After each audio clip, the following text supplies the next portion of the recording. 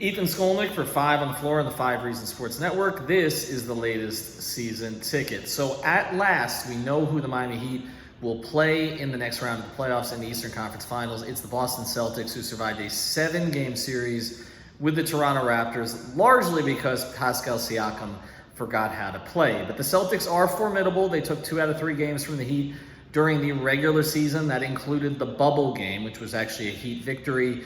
They do not have their full complement of players, of course. Gordon Hayward is back with them after going out to rehab a sprained ankle, but he's not yet ready to play by all reports. So that means Marcus Smart will continue to start for the Boston Celtics, and that leads to one of my 3 keys here in this Eastern Conference Finals. The first key is the Miami Heat must dominate in terms of their bench. They have the much better bench than the Boston Celtics, especially now that Hayward is not in, which forces Smart to the starting lineup. You've got Wanamaker, you've got a couple of bigs in there, a couple of Williamses, Robert and Grant, but you don't have a lot of playmaking off that bench. You don't have a lot of guys who are going to go off on you. We saw that Brad Stevens really only trusted 5 or 6 players with big minutes in the Toronto series, particularly when it mattered. We know that Eric Spoelstra will trust more. In fact, I criticized Eric somewhat for only playing 7 in the only loss that they've had in the postseason against the Bucks. He only played 7 in that second half and the overtime, and I thought that hurt him, and you saw him go back to 9 players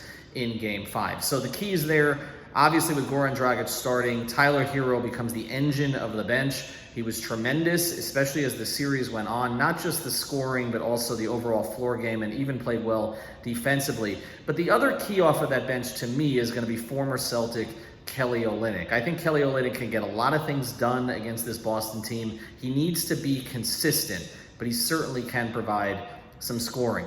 The number 2 key here, Bam Adebayo. There's simply nobody on the Boston Celtics who can check him if he's aggressive, and you saw him start to find that mid-range jumper. What I want to see him find is the aggressiveness that when he gets the ball sort of in the mid-post, that if he has a guy on him who can't guard him, go to the basket, draw a foul. You know, Bam had a press conference yesterday or a Zoom call where he talked about, you know, a lot of sort of where his team is right now, but also he doesn't care about the awards, about not getting most improved player if he gets a ring. The best chance for the Heat to get a ring is Bam Adebayo to be the best player in this series. I think there's a possibility he could be that, and then of course we see what happens if they get to the finals. The third key, of course, is what you do with Jayson Tatum. Jayson Tatum at 22 years old already looks like a superstar in the league. He's made huge strides. If you look at where he was in January to where he was in March when you had the COVID shutdown, he went from a player who looked like a borderline all-star to a guy who looks like he could eventually be a top 5 player in the league. So how do the Heat handle him? I've got some dispute with my co-host Alphonse Sidney about this. He thinks Jimmy Butler is going to start in him. I don't. I think that Jay Crowder is going to start in him with Jimmy Butler starting on Jaylen Brown, although I think that could be switched as the game goes on. Of course, you're going to see a lot of Andre Iguodala, and I wouldn't be surprised if you see some Derrick Jones Jr. in this series. I don't think they'll go as deep as Solomon Hill, but I was a little bit surprised that DJJ did not play in Game 5 of the last series. I think there's a role for him in this series.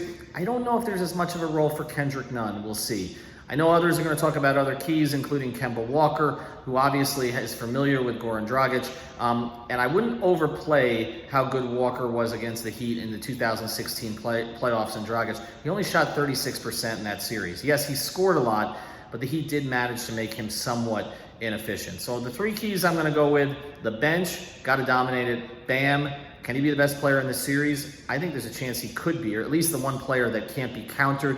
And the third thing is, what do you do with Jayson Tatum? Going to be a big series for former Celtic Jay Crowder. That's Ethan Skolnick, 5 on the floor, 5 Reasons Sports. Check out all of our shirts on 5reasonsports.com. Use the code FLOORPASS to get 10% off as long as the Heat are in the playoffs.